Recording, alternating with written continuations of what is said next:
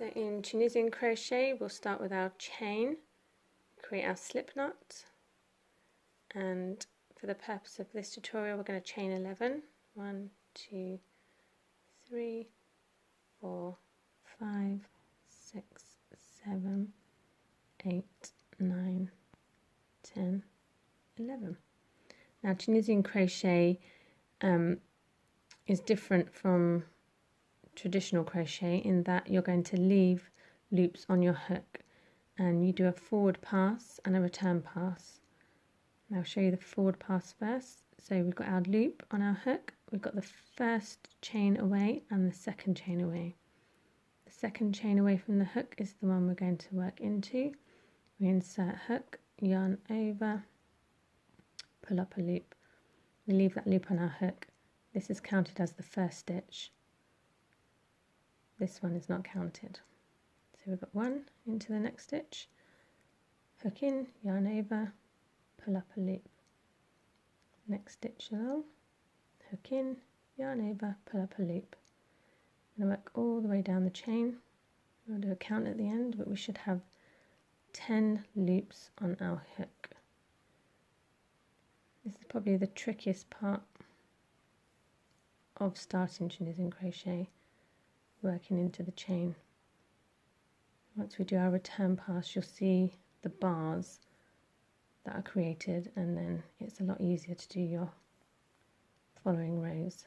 So there we go, worked into the last one. Remember, we don't count this as a stitch. 1, 2, 3, 4, 5, 6, 7, 8, 9, 10.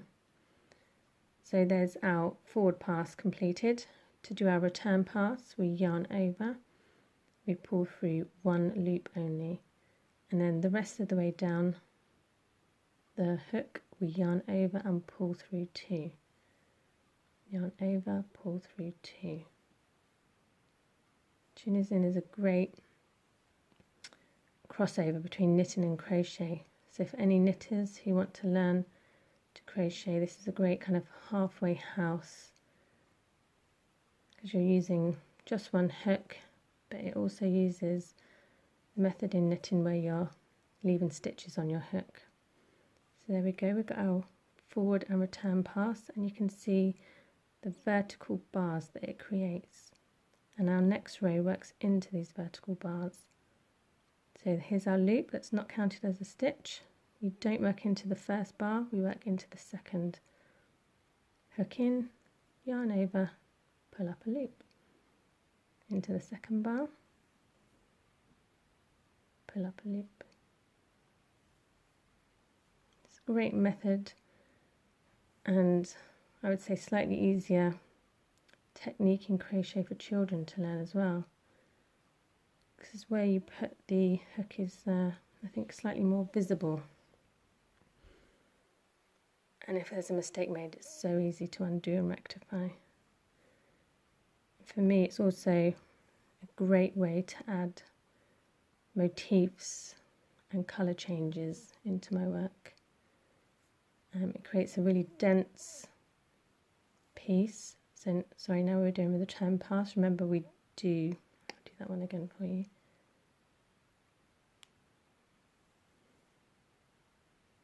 So return pass, we yarn over and we pull through only one loop on the first stitch. All the others are yarn over, pull through 2. So yeah, as I was saying, it's great for colour changing, great for adding images.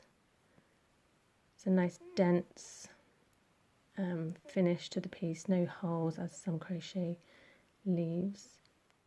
So there we go, that's a simple Tunisian simple stitch, which in patterns is written as TSS, and then it will also give instructions of the forward and return passes.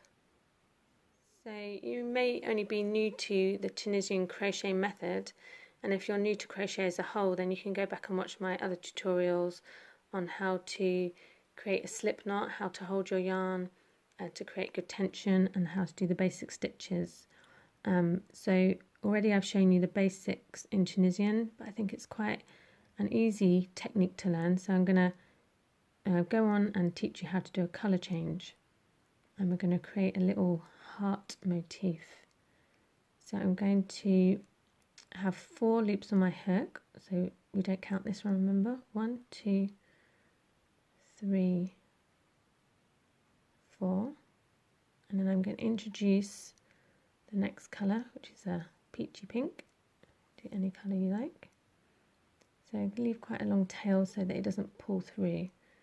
When you've finished a design, you kind of will need to sew them in. So we're going to insert our hook into the next stitch, and instead of the grey, we're just going to simply pull up the peachy colour. I've kind of got this finger holding the tail of the peach behind so it doesn't slide through, and then I'll transfer and hold it behind with the other one. So then I'm going to return back to the grey. Sometimes I twist the yarn, it helps it keep it in place and it keeps the back neat. And then we're going to work across to the end, doing the forward pass.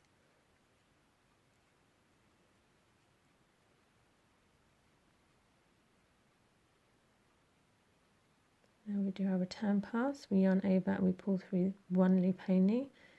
All the others are yarning over, pulling through 2. When we get to where we are at our colour change,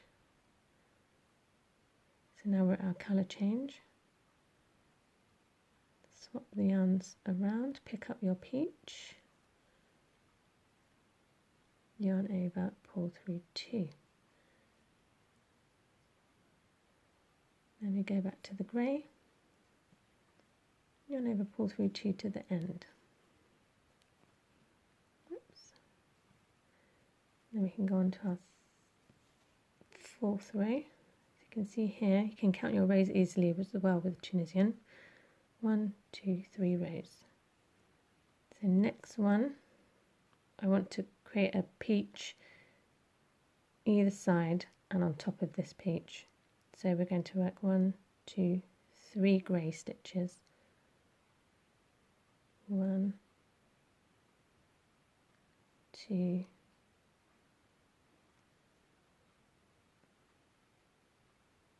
3.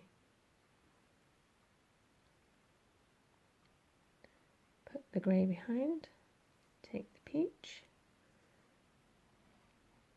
1,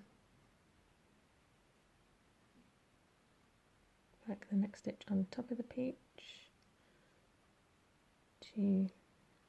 If you're going to work a few stitches, I recommend every 2 you kind of twist the yarn at the back, so you're helping take the grey along behind you without leaving loops in the back of your work.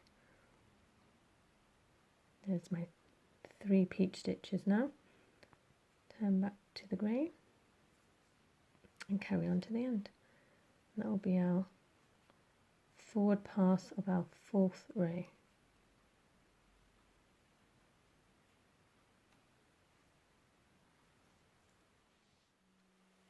So to go back on our return pass, keeping our colour changes, yarn over, pull through 1st loop, yarn over, pull through 2 till we get to the peach.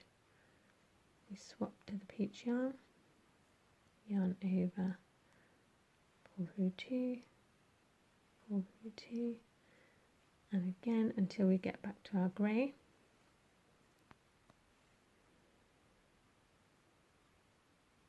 And we carry on to finish the return pass in our grey.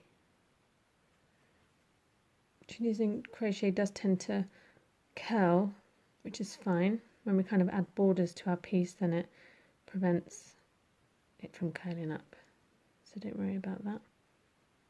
Again, I'm going to add another peach stitch to either side of what we've got currently.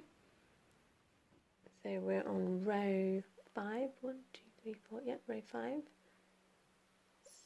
So we're just going to do 2 grey, change over to the peach,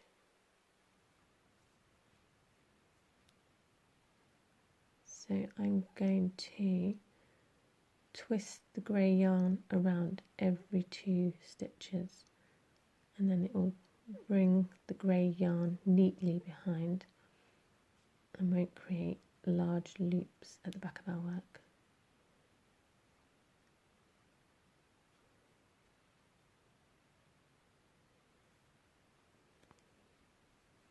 Last peach stitch, and then finish off the row with our grey.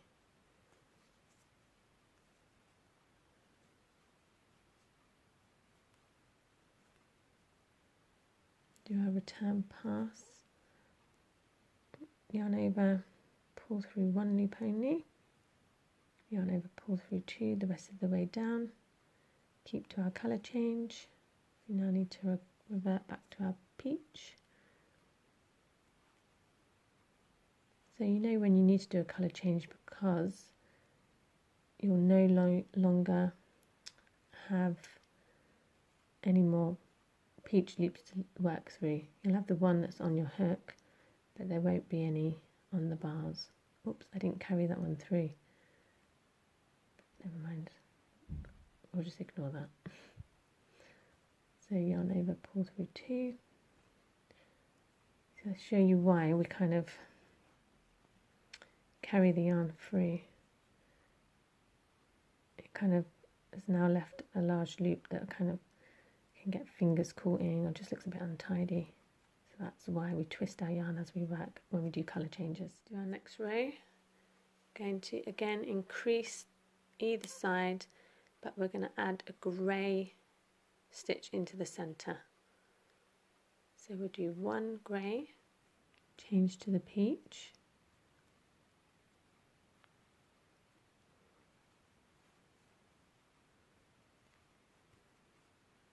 we're going to do 1, 2, 3 peach, change back to the grey, 1 grey, and then another 3 peach, 1, 2, 3, finish off the rest of the row with the grey,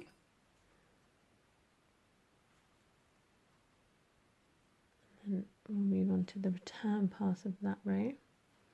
Remember, yarn over, pull through 1 only when you start, then yarn over and pull through 2. Change to peach, yarn over, pull through 2, yarn over, pull through 2, back to the grey for the centre stitch in the middle.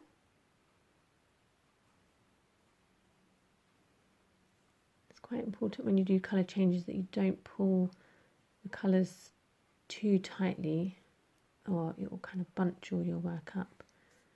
It's another good reason why you kind of twist and carry the yarn along with you. This is going to be the last row with our colour change, and we're going to do 2 grey, 1 peach, 3 grey in the centre,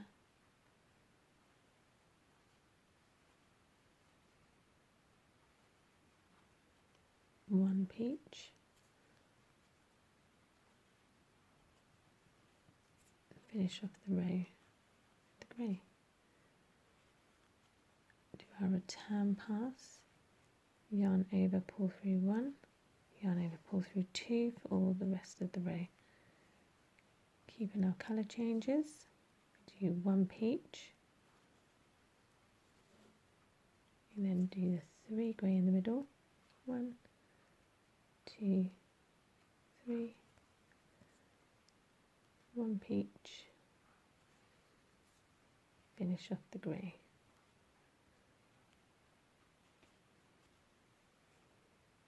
There we have our lovely little heart, and we're going to do 2 rows now in grey to finish off our little panel.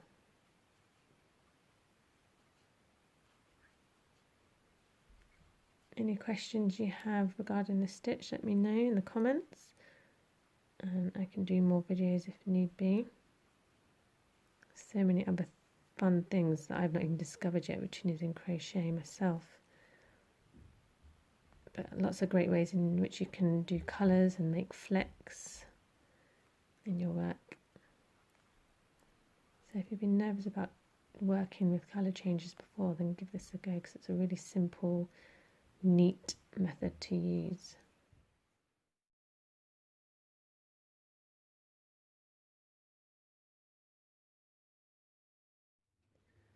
There we go. Cute little heart.